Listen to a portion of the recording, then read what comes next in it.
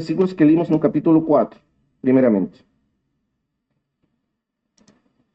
Uma coisa importante para nós entendermos, quando nós lemos o Sermão do Monte, é que o grande erro seria tomar esse sermão como um conjunto de regras, de mandamentos que nós temos que fazer, coisas que nós temos que fazer. Porque você, quando lê o sermão, você vai ver muitas coisas que o Senhor diz, e você pode acreditar que isso, que a vida, o que o Senhor está propondo, é uma classe, é um monte de regras e mandamentos, coisas que nós precisamos fazer para tornarmos pessoas maduras aos olhos de Deus. Mas claramente isso seria um grande erro na nossa consideração do sermão. O Senhor não está colocando diante de nós um conjunto de regras para nós fazer. Porque quando nós olhamos assim o sermão, claramente ele parece inatingível.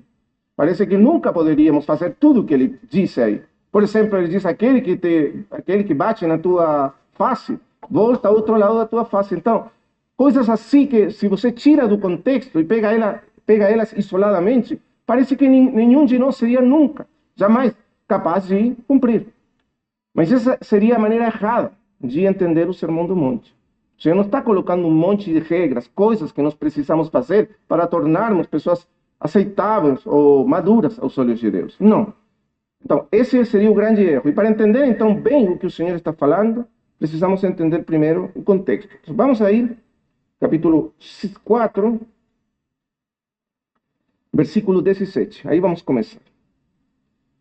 Desde então começou Jesus a pregar e a dizer: arrependei-vos, porque o reino dos céus está próximo. Depois do versículo 23.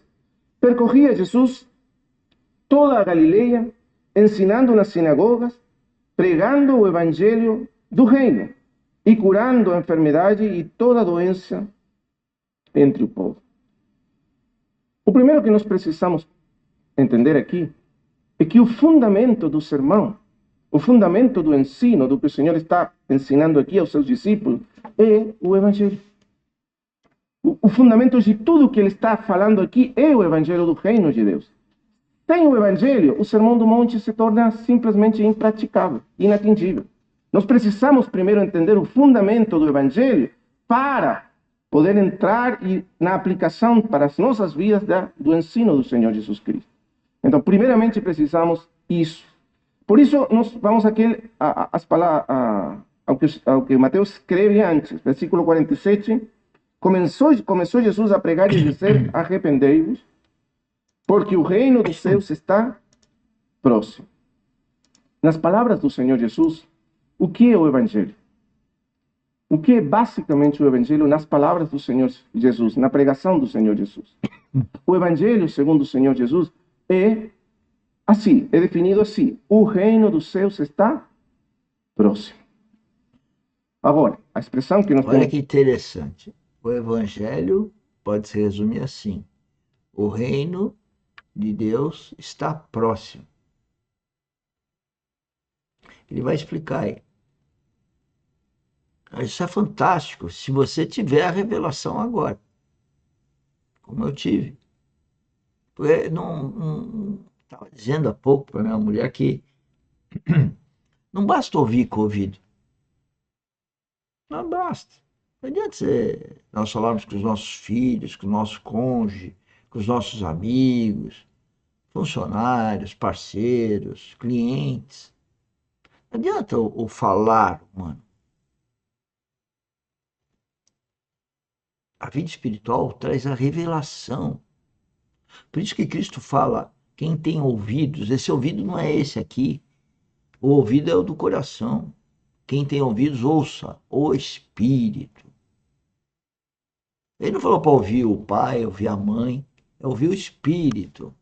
Mas quem tem vida espiritual, né? E quem não tem, ouça o pai, ouça a mãe, ouça o professor, ouça o chefe, ouça o cliente, ouça o chefe. Mas aqui nós estamos falando de vida espiritual. Ouça o Espírito. Então, quando Cristo veio, ele veio para falar do reino, do Evangelho. que o reino dele estava próximo. Esse próximo não é próximo, você vai ver a explicação dele, vamos ver se eu acertei. Esse próximo não é próximo em termos de distância, de tempo. Não, é estar próximo de nós. Ou seja, o Espírito Santo em Pentecostes foi derramado para todo mundo. Toda a minha rede social, para todo mundo, para todo ser humano. Agora, então ele está próximo. Mas quem é que recebe o Espírito Santo? E sabe por que você e eu temos dificuldade de receber o Espírito Santo? De obedecer? De ouvir? Porque o mundo é sedutor. Porque nós escolhemos mal. E aí nós escolhemos quem? O mundo. Nós ouvimos as coisas do mundo, os valores do mundo. Tem guerra, não tem guerra. Tem futebol, não tem futebol. Tem musicaiada ou não tem.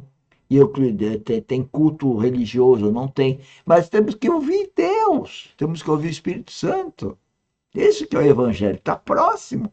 É o Espírito Santo que foi derramado. Mas tem que estar no coração. Não é uma roupa limpa, não é um carro novo. É coração. É espiritual. Aqui, ou nessa tradução que eu tenho aqui, que é a Reina Valera em português, diz o reino dos céus está próximo. Mas, na verdade, a tradução mais exata deveria dizer o reino dos céus está aqui. Ou o reino dos céus chegou. Está aqui, agora aqui, presente, nesse momento. Não que está próximo. O reino de Deus chegou. Cristo chegou há 2000 anos atrás. Você vive em Cristo? Eu estou vivendo em Cristo? Se você está vivendo em Cristo e eu estou vivendo em Cristo, que nós conversamos com Ele. Eu não preciso te provar, nem você me provar, que nós estamos sendo guiados pelo Espírito Santo, por ter nascido em Cristo. Mas você está, eu estou. Essa é uma reflexão com o Espírito Santo, não é um com o outro.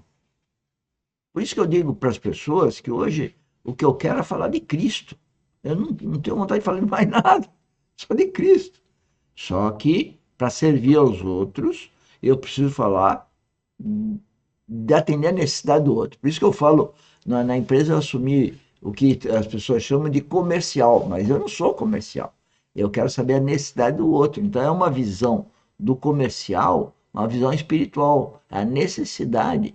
Eu, como filho de Deus, eu estou aqui para servir. Cristo veio para servir. Ele veio 2000 anos atrás por causa das nossas necessidades. Ele veio servir as nossas necessidades. E as nossas necessidades é saber que o reino dele estava próximo. Ele ia derramar, ele ia pedir para o Pai derramar em Pentecostes o Espírito Santo.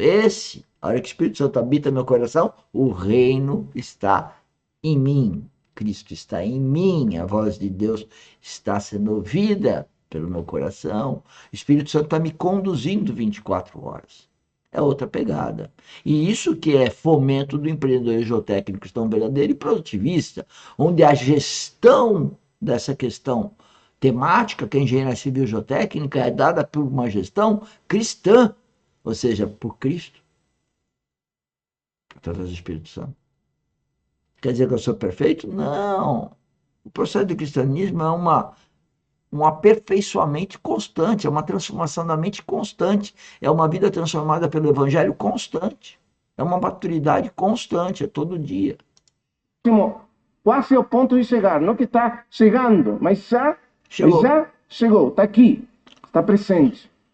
Isso é basicamente o anúncio do Evangelho do Senhor Jesus. O reino de Deus está aqui. E, aliás, ele acrescenta primeiro, arrependei-vos.